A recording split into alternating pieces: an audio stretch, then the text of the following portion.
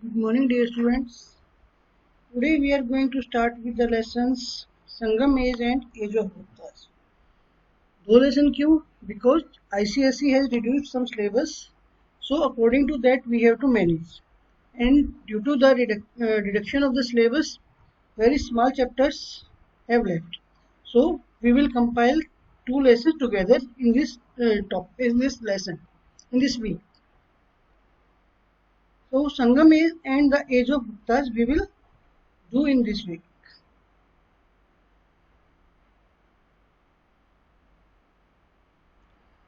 Contents which will be covered in this lesson are Sangam Age sources, Gupta Empire, sources of Gupta Empire, and progress in the science and authority during the Gupta period. What was Sangam Age? The Sangam Age refers to the period when most of the Tamil literature was composed by a body of the Tamil scholars and the poets in three successive literary gatherings called Sangam. The Sangam age spanned from about 3rd century BC to 4th century AD.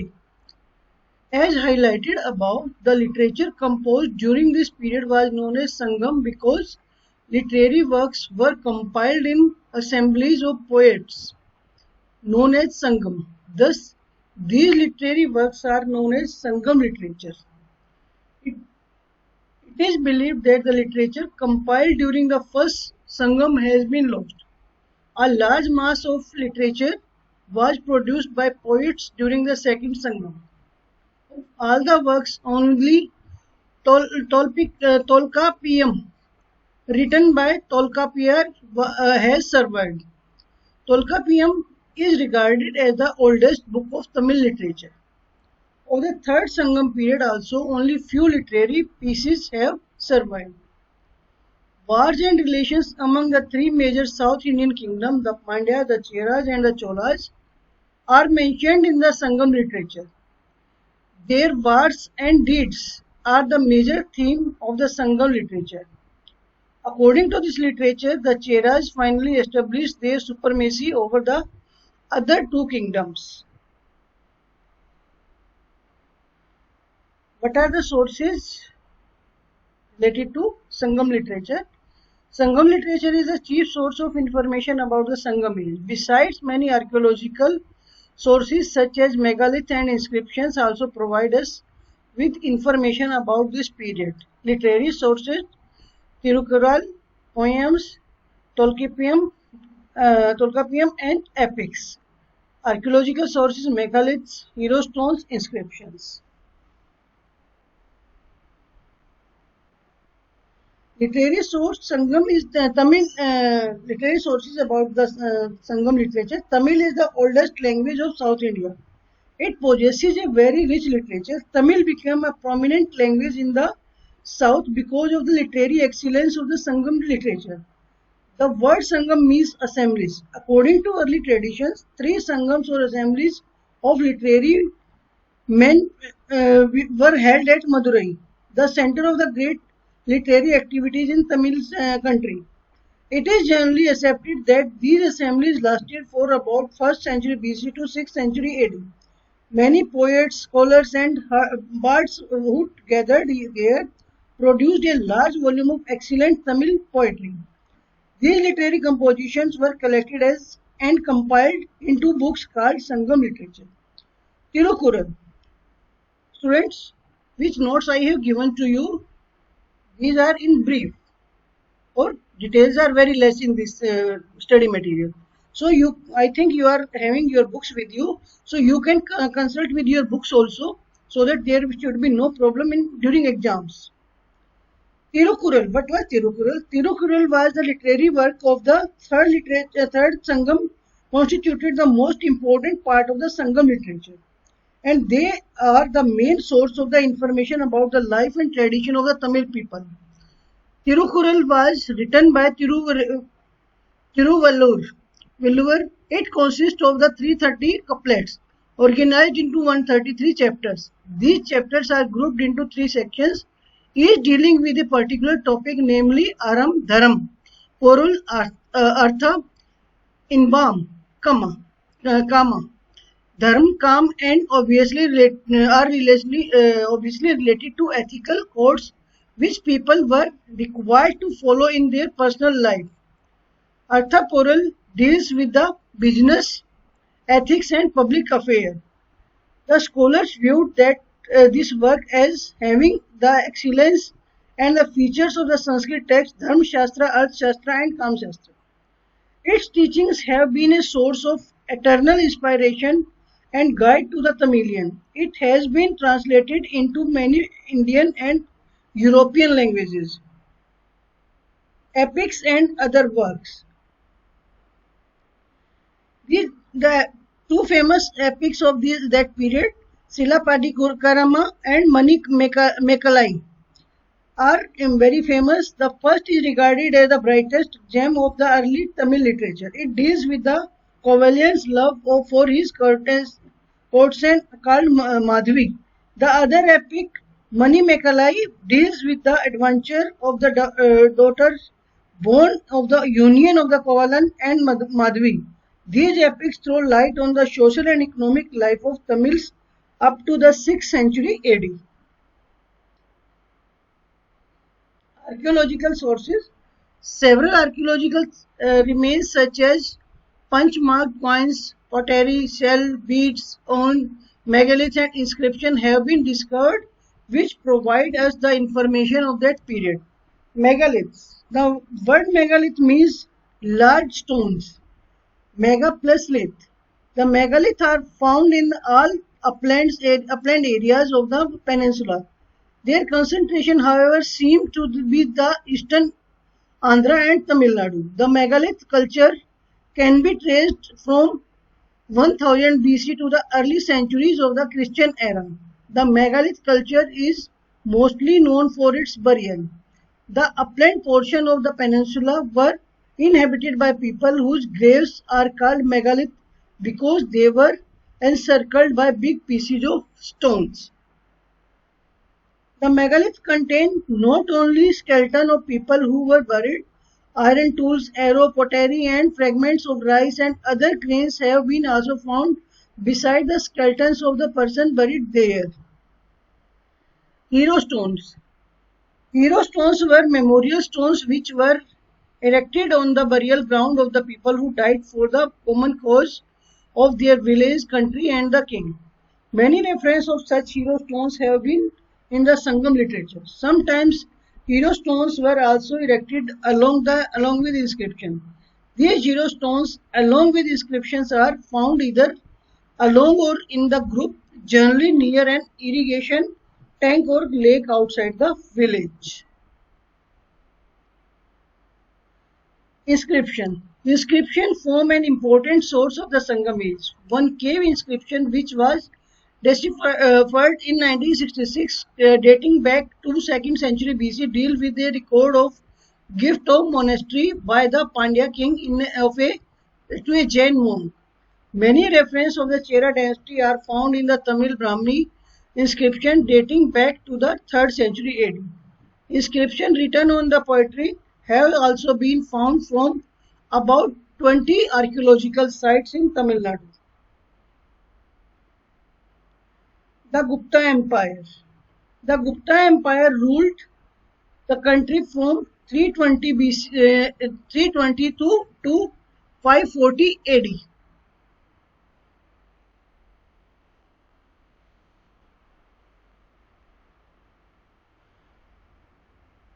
It was not as large as Mauryan Empire, but it politically united the North Indian territories for more than 100 years. The people of the Gupta Empire is known as the Classical Age or the Golden Age. The period of the Gupta Empire is known as the Classical Age or the Golden Age of the Indian history. Sources we get information about the Gupta Empire mainly from the literary and archaeological sources. Literary sources, Dharma Shastra, Puranas, Samritis, religious texts, account of Mayan, account of Huansang and Kalidasa. Archaeological sources, the Allahabad Pillar, the Vishnu Temple at Devgad and Nalanda University. Account of Fayan. Fayan visited India during the reign of Chandragupta II, 375 to 414 AD. He travelled all over India for more than 13 years. On his return to China, he wrote a book called Fo Ko Ki, The Travel of Fayan. His main observations are as follows. The city of Patliputra had two grand monasteries, one of the Hinayana and other of the Mahayana. He felt amazed to see that the grandeur of the Ashoka's palace, which still existed when Fayan visited Patliputra, the wealth and prosperity of capital city deeply impressed him. There was an excellent hospital run by the wealthy citizens of the town. Although the king was a devout Vaishnava, the relation between the followers of various sects, Buddhism, Jainism, Shaivism, and others were cordial. The people were honest and law-abiding and free from unnecessary restriction on their movement. They could go wherever they desired to go. The criminal law was mild and the punishment of the death remained unknown. Fayan's narrative helped not only to reconstruct the history of Buddhism but also to know the social, religious, and economic conditions that prevailed in the early years of the 5th century AD. Wherever he went, he found the people happy. Kalidasa Kalidasa was the greatest literary genius of the Gupta period. His work, Abhigyan Shakuntalam, popularly known as Shakuntala, is regarded as one of the best literary productions of the world. The Smritis also gives a lot of information in respect of the Gupta society. Vishakha Datta's Devi Chandraguptam, a Sanskrit drama related to early life of the Chandragupta too. These were literary sources about the Gupta period. Account of Huansang. Huansang was a Chinese Buddhist who visited India in AD 630 during the reign of King Harsha. According to Huansang, King Harsha personally supervised every department of administration and introduced several measures for the welfare of the people. Land revenue was the main source of income and taxes were moderate.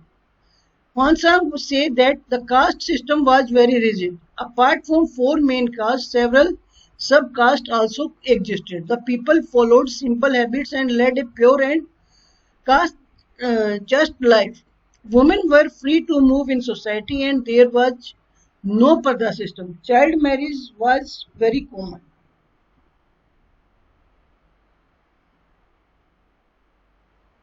The empire's archaeological sources. Many archaeological sources such as the Allahabad pillar inscription, Mathura stone inscription, Udayagiri caves inscription, temples, forts, stupas and coins give us important insight into the condition prevailing during the Gupta period. The Allahabad pillar inscription. The Allahabad pillar inscription is in Sanskrit. It was composed by the court poet Harisena. It gives a detailed account of the conquest and personality of the king Samundragupta. The inscription shows the Samundragupta's conquest can be divided into several groups. He first defeated the rulers of Aryavarta, North India, whose dominions were annexed by the Gupta rulers. The king has marched against the southern rulers. He defeated them but did not annex their kingdom. Then many other forest tribes and rulers of the frontiers and eastern regions submitted to the emperor and agreed to pay tribute to Gupta Empire. From the inscription, it would appear that Samundragupta never knew any defeat. After these conquests, Samundragupta performed Ashwamedha Yajna. On the occasion, he issued gold coin depicting the sacrificial horse. The Allahabad pillar inscription called Samundragupta a great musician. This is also confirmed by some of the coins which show him playing the veena. The Vishnu temple. The Vishnu temple at Devgarh near Jhansi marks a changed from the early flat-roofed temple to the later style of with high shikaras or towers. The Gupta sculptures discarded foreign influence there and adopted a style which was totally Indian in character. The Gupta artists made beautiful statues of Buddha, Bodhisattvas, Vishnu, and other Brahminical gods. The images of the seated Buddha at Sarnath and standing Buddha discovered at Mathura are the most outstanding specimen of the Gupta sculpture. Nalanda University.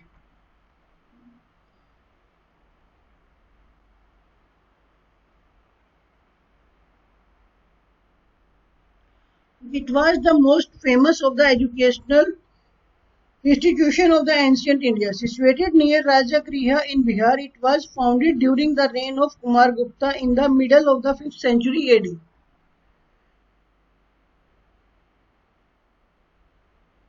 It developed into a famous center of learning under the patronage of the Gupta rulers and the Harshvardhana. The important features of this university. Admission to the university was restricted by a difficult entrance examination and only 2 or 3 out of the 10 succeeded in getting admission. The students were provided with free boarding and lodging. Sanskrit was used as the medium of the instruction. Buddhist and the Brahminical literature, logic, grammar, medicine, astronomy, philosophy, tantra, and art were important subjects included in the curriculum. The university became so famous that it attracted students from all over India and from neighboring countries as well. Huansang, the Chinese pilgrims studied here for about 5 years. This great center of learning flourished till the end of the 12th century AD, when it was destroyed by the Muhammad bin Bakhtiar Khilji, one of the general of the Muhammad Ghori.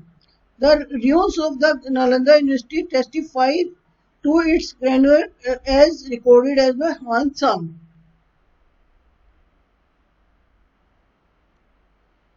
What was the role of the Guptas in the field of science and technology?